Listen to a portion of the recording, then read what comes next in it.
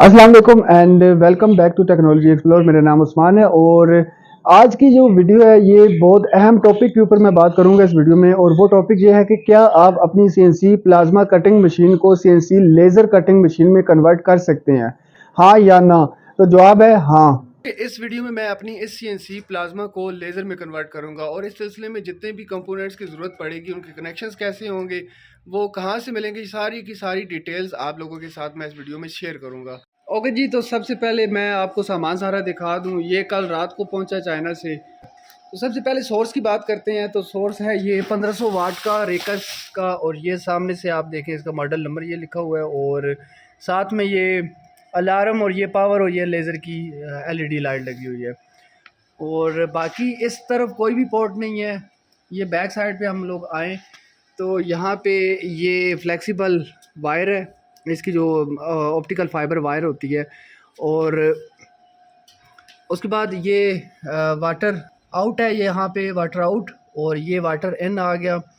और ये इनपुट इसकी 220 वोल्ट। इसका मैं दूसरा सिरा आपको दिखाता हूँ, ये चेक करें ज़रा। ये इंटरफेस आ गई पोर्ट इसकी। फिर उसके बाद RS 232, और उसके बाद ये ऑन ऑफ का बटन आ गया। ये इथरनेट की का कनेक्शन है। यहाँ ऑप्टिकल फाइबर के दूसरे सिरे पे आए, ये वाली चीज़ जो है ना, ये लगेगी हेड के अंदर। ये ऊपर से ये वाला कवर रिमूव हो जाएगा। बाकी इसकी फिटिंग जब होगी वो वीडियो में आप लोगों को ज़ाहिर है नज़र आ जाएगा इंशाल्लाह। उसके बाद नेक्स्ट पे आते हैं हम लोग। ये है मिनी पीसी इसका, पूरे सिस्टम का। ओके जी, ये मिनी पीसी है इसका। और अब इसमें यहाँ पे आप देखें इसके ये इसका मॉडल नंबर वगैरह, ये नेम प्लेट आ गई। यहाँ पे ये 24 वोल्ट डीसी इसको करंट देना है हम लोगों ने।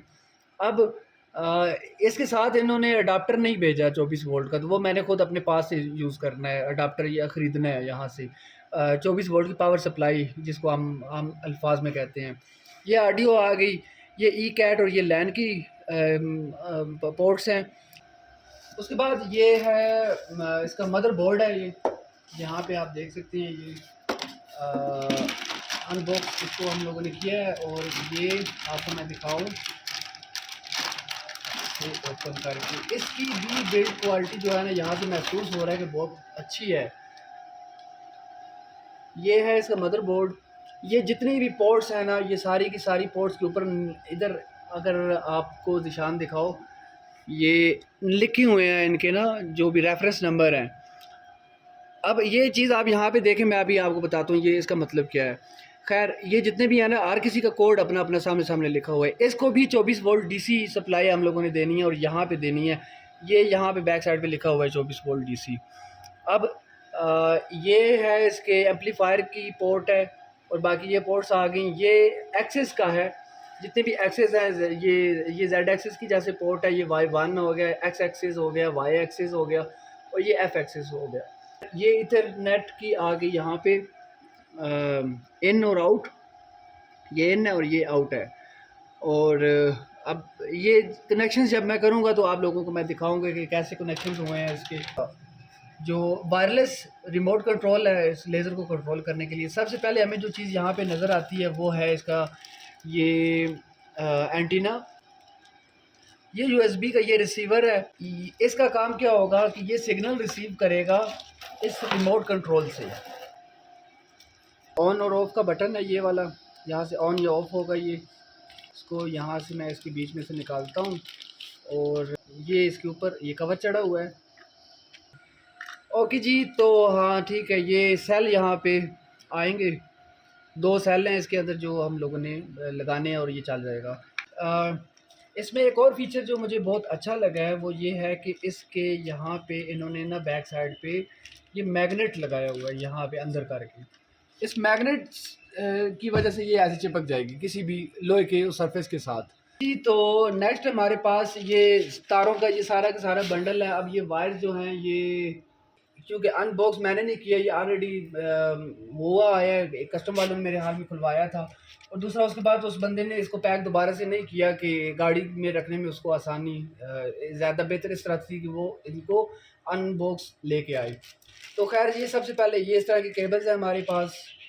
तो ये केबल्स इन्होंने दी हैं सारी की सारी साथ। अच्छा, जितनी भी केबल्स हैं, जिस तरह आप ये देखें इस केबल का है, तो इसमें यहाँ पे ये है, यहाँ पे इसका कोड नंबर लिखा हुआ है कि ये केबल लगेगी कहाँ पे। तो वो उसके कंट्रोल जो सर्किट है ना, उसके उसके उसके अंदर ये इसकी मार्किंग हुई होगी, तो वहाँ पे हम इसको अटैच कर देंगे। इसी तरह हमारे पास ये वाली वायर्स भी आती हैं। ये सारी की सारी वायर्स के ऊपर मार्किंग हुई हुई है कि कहाँ पे इन्होंने जाके फिट होना है। उसके बाद ये है हमारे पास केबल्स के का सेट है पूरा का पूरा, जितनी भी यानी कि रिक्वायर्ड केबल्स हैं वो सारी सारी मौजूद हैं। नेक्स्ट हमारे पास ये ईथरनेट की केबल्स भी हैं, ये 2 सेट हैं ईथरनेट के। ओके जी, तो अब अगला जो बॉक्स है हमारे पास वो है कटिंग हेड का, तो इसको अनबॉक्स करते हैं। अनबॉक्स तो खैर हुआ है, आप लोगों को दिखाना है कि इसमें क्या क्या चीज़ें थी। तो ये है हमारे पास सबसे पहले लेंस, उस बंदे ने कुछ एक्स्ट्रा हमें भेजे थे, मैं आपको दिखाऊं वो भी दो ज़रा, ये भी है। तो उसके बाद फिर हमारे पास आ जाती हैं नोज़ल्स। नोज़ल्स जो हैं वो 6 उसने भेजी हैं, मुख्तलिफ़ साइज़ की हैं ये। अच्छा, नेक्स्ट हमारे पास ये आता है, ये वायर है, ये लगी होती है एम्पलीफायर से नीचे, जो उसका होता है ना नोज़ल वाला एरिया हेड का, एम्पलीफायर से ये कनेक्टेड होती है। तो ये वायर है। अब हमारे साथ ना एक इशू ये आया है कि एम्पलीफायर ना, ये चूँकि अनबॉक्सिंग जो है जैसे कि बताया आपको कस्टमर वालों ने की थी, एम्पलीफायर ना पता नहीं अब गुम हो गया है या इस कंपनी ने गलती से नहीं डाला, अल्लाह बेहतर जाने। तो एम्पलीफायर नहीं आया। वो फिर उस कंपनी जिनसे मैंने ये सामान लिया है उन्होंने फिर वो फ्री ऑफ कॉस्ट मुझे ना एम्पलीफायर एक और वो लोग मुझे भेज रहे हैं। अब उसके बाद हमारे पास ये वायर्स का सेट है। ये उसकी इसकी मोटर की है गालबन, जो इसके अंदर जो स्टेपर मोटर या सर्वो मोटर लगी होती है हेड के अंदर फोकस करने के लिए। ये एक उसकी तार होती है और एक तार होती है इनकोडर के लिए, जो इसी मोटर का इनकोडर है फीडबैक देने के लिए। ये वाली वायर उसके लिए होती है। तीसरी वायर हमारे पास है जो ड्राइव है ना, इसकी इस मोटर की ड्राइव है जो उस बॉक्स में पड़ी हुई है। उस ड्राइव से लेके जो कंट्रोल सर्किट है इसका, जो मदरबोर्ड है उस तक ये जाएगी, ये वाली वायर। अब हमारे पास ये है सर्वो ड्राइव है या इस मोटर की ड्राइव है। ये 24 वोल्ट है, ये डीसी इनपुट इसकी। बाकी आप देख सकते हैं ये चीज़। नेक्स्ट जो है ना हमारे पास फाइनली मेरा मतलब है कि ये है हेड, और अच्छा खासा वज़न है इसका, सबसे ज़्यादा वज़न इसी का है, तो उठाने में ना काफ़ी मुश्किल हो रही है। खैर इसको मैं अब अनबॉक्स करता हूँ। तो सबसे पहले जो है ये तो वैसे ही पता नहीं क्या चीज़ है। अच्छा, ये इसका यूज़र मैनुअल है, चाइनीज़ लैंग्वेज में सारा का सारा, इसमें समझ नहीं आ रही कि क्या है, लेकिन मैंने ऑनलाइन ना वैसे सर्च किया था तो यूज़र मैनुअल मुझे मिल गया था इंग्लिश लैंग्वेज में, PDF फाइल में ना। तो वो वहाँ से भी मैंने काफ़ी डिटेल इसकी ली है, मुझे इंफॉर्मेशन बहुत सारी इसके बारे में मिली थी वहाँ से। ये है हमारे पास उस कनेक्टर्स, ये जो वायर्स अभी आपको मैंने दिखाई थी ना, इनमें से एक वायर जो है मोटर के लिए है, इसकी जो सर्वो मोटर या स्टेपर मोटर जो भी मोटर लगी है, एक वायर उसके लिए है, एक इनकोडर के लिए है। उसके बाद हमारे पास यहाँ पे ये है पानी की इनलेट, यहाँ से पानी इन होगा, यहाँ से आउट होगा, यहाँ से आउट होगा और यहाँ से फिर इन हो जाएगा। इस तरह यहाँ से आउट होगा, यहाँ पे इन होगा, और यहाँ से फाइनली पानी निकल के वापस आपके चिलर की तरफ चला जाएगा। अब यहाँ पे कहाँ से आएगा, ये देखें इसके ऊपर भी आपको नज़र आ रहे हैं ये दो इन और आउट। तो चिलर से जो पानी आएगा ना वो सीधा आएगा इसमें, जो इसकी ऑप्टिकल फाइबर है ना इसमें आएगा, और यहाँ से निकलेगा। यहाँ से जब निकलेगा पानी तो वो आएगा सीधा इनके अंदर। तो इनको कूल करता करता यहाँ पे फाइनली यहाँ से निकलेगा पानी और ये चला जाएगा सीधा आपके चिलर में वापस चला जाएगा। अच्छा, नेक्स्ट हमारे पास जो है इसमें वो है ये वाली पोर्ट, और ये है आपकी एयर प्रेशर की। यहाँ से आपने हवा वाला पाइप या जो कटिंग गैस है वो वाला पाइप आपने यहाँ पे लगाना है। अच्छा जी, उसके बाद ये है यहाँ पे ऑप्टिकल फाइबर लगेगी। अच्छा, बिल्ड क्वालिटी इसमें कोई शक नहीं है, बिल्ड क्वालिटी इस चीज़ की बहुत ही अच्छी जो है ना वो महसूस हो रही है। वज़न भी एक तो इसका बता रहा है, और दूसरा चीज़ को जब आप अपने हाथ में लेते हैं, उसको जब आप परखते हैं ना, आपको फिर आइडिया हो जाता है कि यार ये चीज़ बहुत अच्छी क्वालिटी की बनाई गई है। खैर, हम फिर उसके बाद इसके हेड की दूसरी साइड पे आते हैं। ये वाली आप देख रहे हैं यहाँ पे लगेगी वो वाली वायर जो अभी आपको मैंने दिखाई थी, एम्पलीफायर वाली। ये वाली वायर जो थी ना, इसका एक सिरा लगेगा यहाँ पे, दूसरा ये जो चार आपको सुराख नज़र आ रहे हैं, ये यहाँ पे एम्पलीफायर फिट होगा। एम्पलीफायर से तार निकल के आएगी यहाँ पे, और एम्पलीफायर के लिए तार जो है ना वो ऊपर पर जा रही है। तो आप ये मशीन की कंडीशन देख लें, ये सिर्फ फ्रेम यूज़ होगा, बाकी ये जितनी भी चीज़ें हैं वो डेफिनेटली चेंज हो जाएंगी। ओके जी, तो चैनल्स और वो जो टब था पानी वाला वो हम लोगों ने रिमूव कर लिया है। अब यहाँ पे आप देखें ये जंग लगा हुआ है, ठीक है। ये जंग हमने सारा का सारा उतारना है ताकि नए सिरे से हम लोग पेंट कर सकें।